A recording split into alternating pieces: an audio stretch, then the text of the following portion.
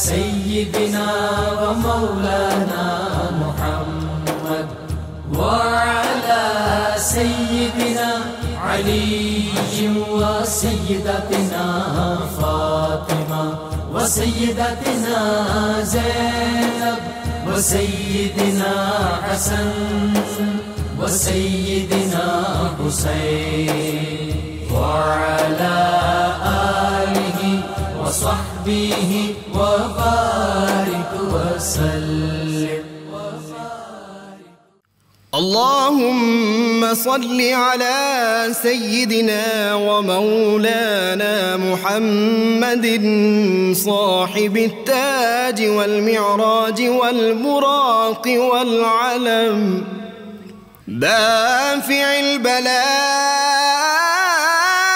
والوباء والقحط والمرض والألم اسمه مكتوب مرفوع مشفوع منقوش في اللوح والقلم سيد العرب والعجم اسمه مقدس معطر مطهر منور في البيت والحرم شمس الضحى بدر الدجى صدر العلا نور الهدى كهف الورى مصباح الظلم جميل الشيم شفيع الأمم صاحب الجود والكرم والله عاصمه وجبريل خادمه والبراك مركبه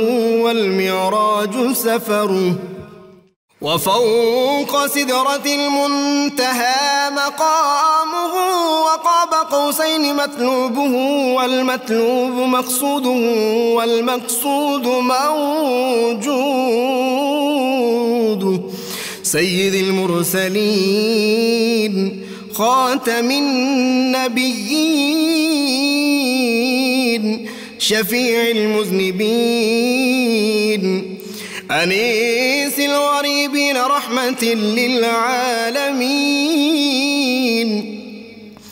راحة العاشقين مراد المشتاقين شمس العارفين سراج السالخين مصباح المقربين محب الفقراء